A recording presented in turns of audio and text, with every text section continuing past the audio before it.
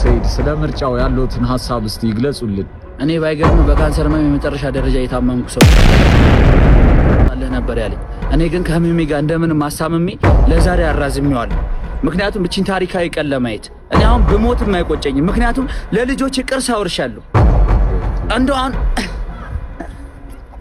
ፍቅረኛ እንድሰጠኝ 5 ዓመት ነው የለፈውት። ይኸው ዛሬ ሩም ይዛ ና እያለችኝ እኔ በቃ ከዛሬ ቀን አያልፍም። ይሄ ታሪካዊ ቀን ነው። ወይን በጥሽ በጣጥሽ ነው የመጣው።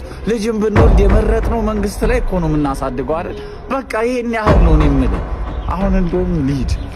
ምን ይሰማል? እኔ የሌለ በጣም ነው የተመቸኝ። እኔ ባይገርምሽ ከጀለሶስ ጋር ዙርባ እየተቃመ ነው ተነስቼ የመጣሁት። ምክንያቱም ዛሬ የመረጥነው መንግስት ነገ እግራችን ሰቅሎ እንደሚያስቀመን አልጠራጠርም። ገብሻላ?